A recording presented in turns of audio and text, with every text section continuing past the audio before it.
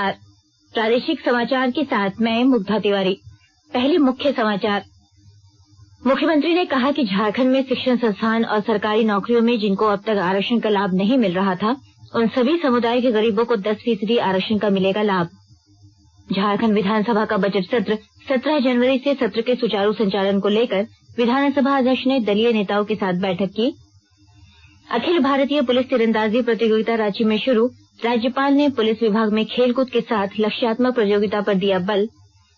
और विश्व का सबसे बड़ा धार्मिक सांस्कृतिक कुंभ 2019 उत्तर प्रदेश के प्रयागराज में शुरू, 1.5 करोड़ से अधिक श्रद्धालु आज के स्नान में हुए शामिल। अब समाचार विस्तार से। मुख्यमंत्री रघुवर दास ने कहा है कि झारखंड में शिक्षण संस्थान और सरकारी नौकरियों में जिनको अब तक आरक्षण का लाभ नहीं मिल रहा था, उन सभी समुदाय के गरीबों को 10% आरक्षण का लाभ मिलेगा।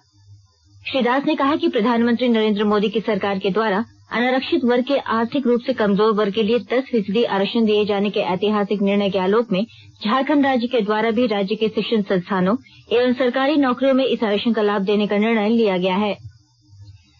उन्होंने बताया कि राज्य सरकार की नौकरियों, शैक्षणिक संस्थानों जिनमें बहाली और नामांकन की प्रक्रिया 15 जनवरी 2019 के पश्चात प्रारंभ होगी, उन सभी मामलों में अनारक्षित वर्ग के आर्थिक रूप से कमजोर वर्ग को 10% आरक्षण का लाभ मिलेगा। मुख्यमंत्री ने स्पष्ट किया कि यह 10% आरक्षण अनुसूचित जाति, अनुसूचित जनजाति, पिछड़ा वर्ग एवं अत्यंत पिछड़ा वर्ग को मिलने वाली 50% आरक्षण के अतिरिक्त होगा। मुख्यमंत्री रघुवर दास ने कहा है कि 24 जनवरी से राज्य में मुख्यमंत्री सुकन्या योजना की शुरुआत हो रही है। उन्होंने कहा कि इस योजना का उद्देश्य बाल विवाह पर अंकुश लगाना और बच्चियों को शिक्षित करना है।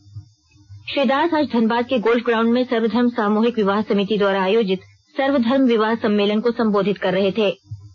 मुख्यमंत्री ने कहा कि सामूहिक विवाह को बढ़ावा देने के लिए राज्य सरकार की ओर से प्रति जोड़ा 2,000 रुपए की राशि प्रदान की जाएगी।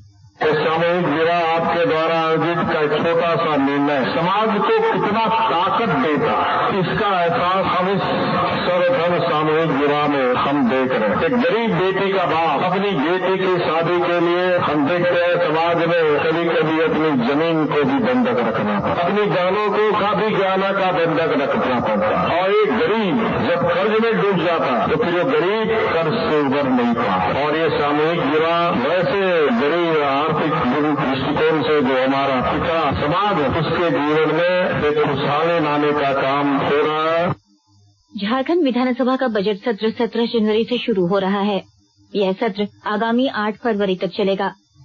बजट सत्र के सुचारू संचालन को लेकर विधानसभा अध्यक्ष दिनेश उरांव ने आज अपने अध्यक्षीय कार्यालय में सभी दलीय नेताओं के साथ बैठक की।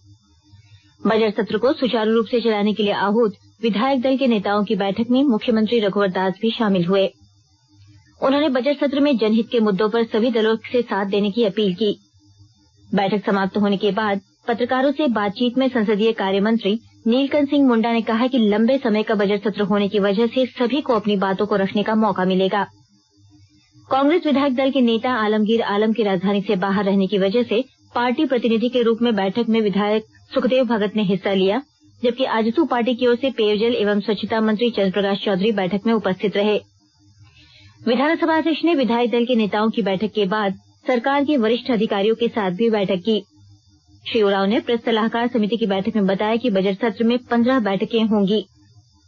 मुख्यमंत्री के प्रधान सचिव सुनील वर्णवाल ने कहा है कि मुख्यमंत्री जन संवाद केंद्र में दर्ज भूमि विवाद से जुड़ी शिकायतों का निपटारा जिलों में कैंप लगाकर किया जाएगा। श्री वर्णवाल ने आज वीडियो कॉन्फ्रेंसिंग के जरिए 20 मामलों की समीक्षा की। खाद्य आपूर्ति मंत्री सरयू राय ने कहा है कि नेचर फाउंडेशन के बैनर तले वायु प्रदूषण के खिलाफ अभियान चलाया जाएगा। उन्होंने कहा कि सूक्ष्म हानिकारक कण श्वास नली से होते हुए खून में मिलते जा रहे हैं, जिससे लोगों का स्वास्थ्य खराब हो रहा है। जमशेदपुर में पत्रकारों से बातचीत में श्री राय ने कहा कि वायु प्रदूषण को लेकर कोई भी अपनी शिकायत टोल फ्री नंबर 1800-12345-4000 पर कर सकता है। वे इस शिकायत को वायु प्रदूषण विभाग और सभी उपायुक्तों को भेजेंगे।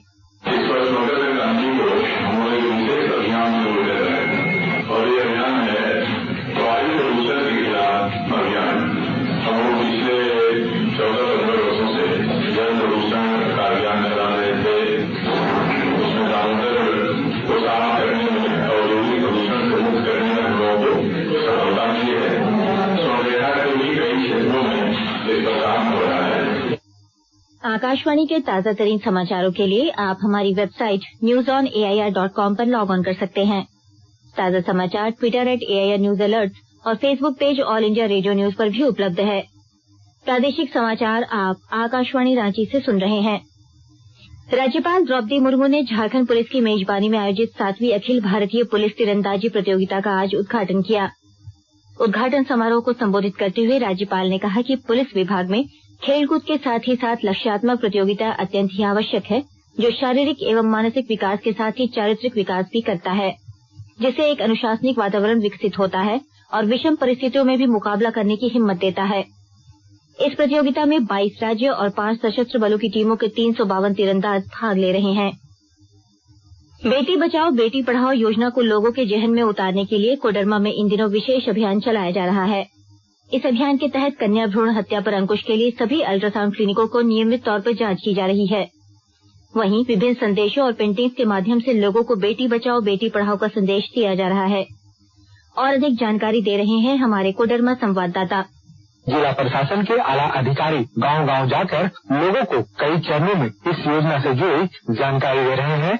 इसके साथ ही लोगों से बेटी बचाओ बेटी पढ़ाओ की अपील भी की जा रही है। इसके अलावा अब स्वच्छ भारत अभियान के तहत बने शौचालयों की दीवारों पर भी बेटी बचाओ बेटी पढ़ाओ योजना से जुड़े संदेश, तस्वीर और पेंटिंग उकेरी जा रही है, ताकि इस योजना को लेकर लोगों में चेतना आ सके।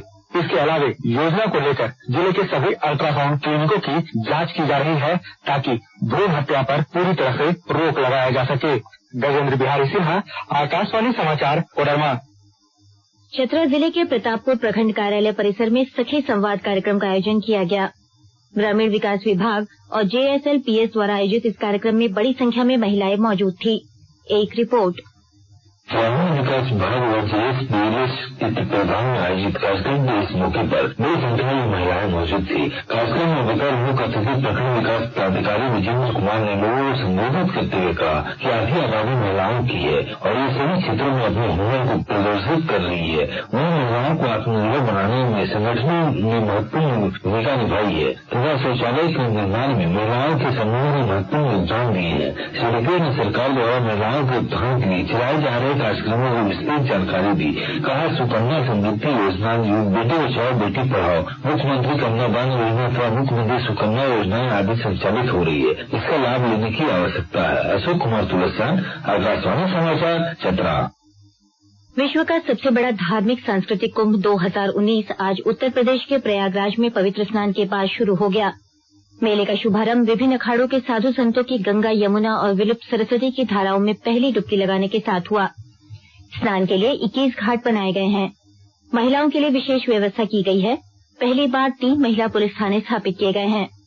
45 पुलिस थानों, 58 पुलिस चौकियों और 3 महिला पुलिस थानों सहित 20,000 सुरक्षाकर्मी तैनात किए गए हैं। दोपहर 1:30 बजे तक 1.5 करोड़ से ज्यादा लोगों ने पवित्र स्नान किया। मकर संक्रांति को लेकर राजधानी रांची समेत राज्य भर में भी लोगों ने नदियों और सरोवरों में पवित्र स्नान किया। राजधानी रांची के स्वर्णरेखा तट पर काफी संख्या में श्रद्धालुओं ने स्नान कर मंदिरों में पूजा अर्चना की। उधर साहिबगंज जिले में साहिबगंज और राजमहल के गंगा तटों पर आस्था का संगम उमड़ पड़ा। हजारीबाग में भी विभिन्न नदी घाटों और बरकट्ठा में सूर्यकुंड में स्नान के लिए श्रद्धालुओं की भीड़ देखी गई। बरकट्ठा में सूर्यकुंड में कल से 15 दिवसीय मकर संक्रांति मेला भी शुरू हो गया। इधर देवघर स्थित बाबा धाम में धूमधाम से मकर संक्रांति का पर्व मनाया जा रहा है। सवेरे से ही बाबा मंदिर में पूजा अर्चना के लिए भक्तों की भीड़ लगी रही। कप्तान विराट कोहली के 39वें शतक और पूर्व कप्तान महेंद्र सिंह धोनी के नाबाद 55 रन की धैर्यपूर्ण पारी से भारत ने ऑस्ट्रेलिया को दूसरे एक दिवसीय मैच में 6 विकेट से हराकर 3 मैचों की सीरीज में 1-1 की बराबरी हासिल कर ली। ऑस्ट्रेलिया ने 50 ओवर में 9 विकेट पर 298 रन का मजबूत स्कोर बनाया, लेकिन भारत ने 49 ओवर और 2 गेंद में 4 विकेट पर 299 रन बनाकर जीत हासिल की। कप्तान विराट कोहली को मैन ऑफ द मैच घोषित किया गया। अंत में मुख्य समाचार एक बार फिर। मुख्यमंत्री ने कहा कि झारखंड में शिक्षण संस्थान और सरकारी नौकरियों में जिनको अब तक आरक्षण का लाभ नहीं मिल रहा था, उन सभी समुदाय के गरीबों को 10% आरक्षण का मिलेगा लाभ। झारखंड विधानसभा का बजट सत्र 17 जनवरी से सत्र के सुचारू संचालन को लेकर विधानसभा अध्यक्ष ने दलीय नेताओं के साथ बैठक की। अखिल भारतीय पुलिस तीरंदाजी प्रतियोगिता रांची में शुरू, राज्यपाल ने पुलिस विभाग में खेलकूद के साथ लक्ष्यात्मक प्रतियोगिता पर दिया बल। और विश्व का सबसे बड़ा धार्मिक सांस्कृतिक कुंभ 2019 उत्तर प्रदेश के प्रयागराज में शुरू 1.5 करोड़ से अधिक श्रद्धालु आज के स्नान में हुए शामिल। इसके साथ ही आकाशवाणी रांची से प्रादेशिक समाचार के ये बुलेटिन समाप्त हुआ।